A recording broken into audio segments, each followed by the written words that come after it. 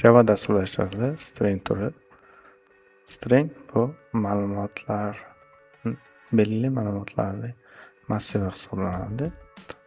Javada esa bu obyekt, ya'ni class hisoblanadi. Uning joylashgan paketi java.lang.string saqlanadi.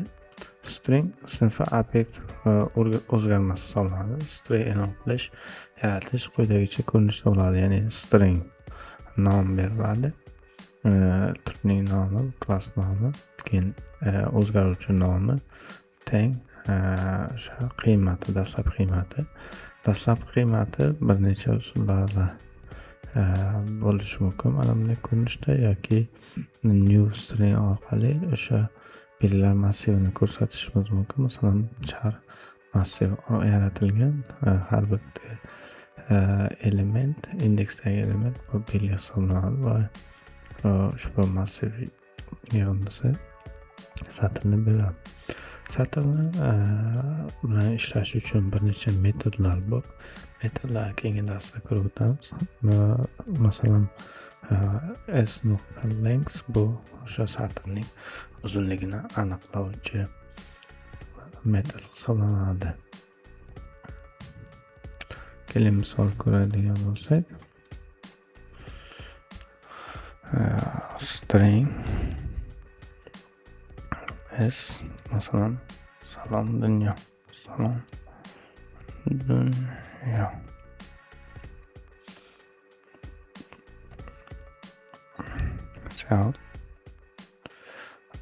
S.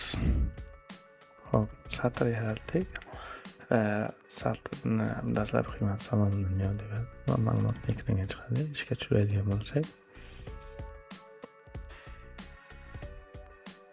salom dunyo so'zi chiqmoqda. Bundan tashqari e'lon qilishning boshqa usullarini ham ko'rishimiz mumkin. Boya ko'rganimizdek massiv yaratamiz. s teng, masalan, shunchaki salom bo'lsin.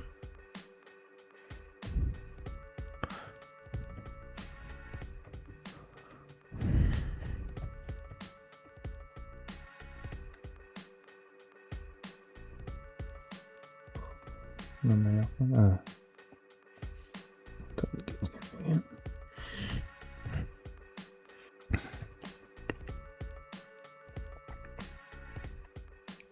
Yana string yaratamiz. String element s2 bo'lsin. Teng new string. Hop, qabul qilish qiymatlari mana quyida keltirilgan. String bo'lishi mumkin, value, char value, ya'ni char massiv, mana bunday ko'rinishda.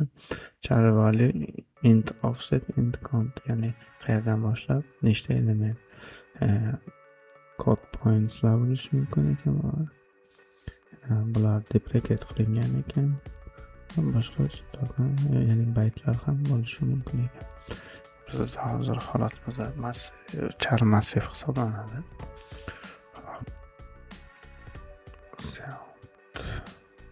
S2 ni chiqaradigan bo'lsak, salom so'zini chiqaradigan ko'rishimiz mumkin. Salom. Hop, bu yerda aytib o'tganimizdek metodlar bor. Masalan, s ning o'lchamini aniqlaydigan bo'lsak, s.length orqali aniqlanadi.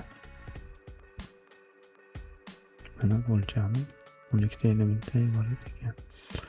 Hop, bundan tashqari quyidagi ko'rinishda barcha metodlarni ko'rishimiz mumkin. Masalan, to lowercase, ya'ni hammasi kichik harflarda bo'ladi. Uppercase for char bo'ladi, ma'lum indeksdagi element olishimiz mumkin. Char code pointlar olishimiz, kodlarni aniqlashimiz mumkin. Sonni aniqlashimiz mumkin, tekshirishimiz mumkin. Concat ikkita satrni birlashtirish mumkin. Contains bormi yo'qligini aniqlash uchun, teng yoki emasligini aniqlash uchun kabi metodlar bor. Barchasini qanday ko'rinishda olishingiz mumkin. Indeksdagi elementlar va boshqa empty bu o'sha bo'sh emasligini, last index of keyingi index qaysi ekanligini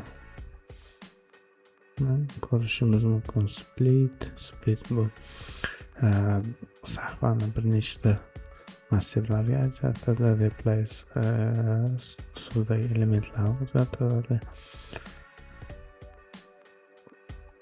kabi metodlar. To'rtchar array bu massivga o'zgartirish uchun, ya'ni belgili massivga o'zgartirish uchun train bo'sh joylarni tanlash kabi metodlari bor. Masalan, barchasini bitta bir sinashimiz mumkin. Masalan, lower case barchasini kichik harflarga o'zgartiradi. Salom dunyo xato yozgan ekan.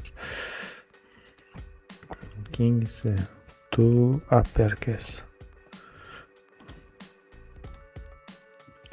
Bu holatda barchasi katta belgilarda foydalanmoqda.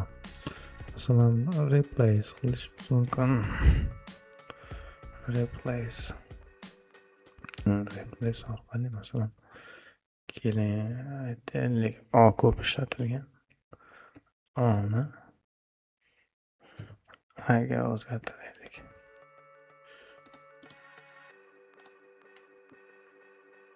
Salom dunyo. Hop, Aga o'zgartirib replace orqali. Masalan, split qilish mumkin. Split bu massivni qaytaradi. Massivni qaytarish uchun masalan qanday bo'sh joy orqali aniqlashimiz mumkin. Birinchi element, ikkinchi elementligini ma'lum qiladigan bo'lsak, bu yerda massiv qaytaryapti, shuning uchun class nomi keltirilgan. Masalan, birinchi elementni birinchi indeksdagisini qiladigan bo'lsak, massivni birinchi indeksdagi, ya'ni 0-indeksdagi element bizda salom. Aytaylik, birinchi indeksda dunyo chiqadi. Dunyo. Shu kabi metodlari mavjud. Metodlardan foydalanib turli amallarni bajarishimiz mumkin.